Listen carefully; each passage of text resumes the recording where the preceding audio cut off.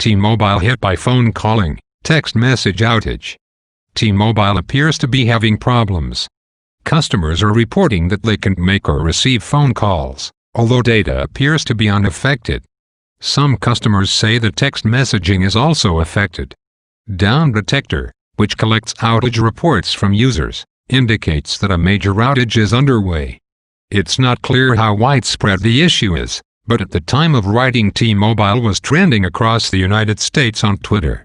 The outage appears to have started around 9-10 MPT, 12-1 PM ET on Monday. In our own tests in New York and Seattle, we found that making calls from a T-Mobile phone would fail almost immediately after placing the call. We also found that the cell service on our phones was intermittent, with bars occasionally dropping to zero or losing access to high-speed data. In April, Sprint and T-Mobile completed its merger, valued at $26 billion, making the combined cell network the third largest carrier in the United States behind AT&T and Verizon. A spokesperson for T-Mobile also did not immediately comment on the outage, but T-Mobile's technology chief Neville Ray tweeted, "Others have reported issues on other networks." When reached, spokespeople for AT&T and Verizon, which owns TechCrunch, said their networks were operating normally. Sprint has not yet responded to a request for comment.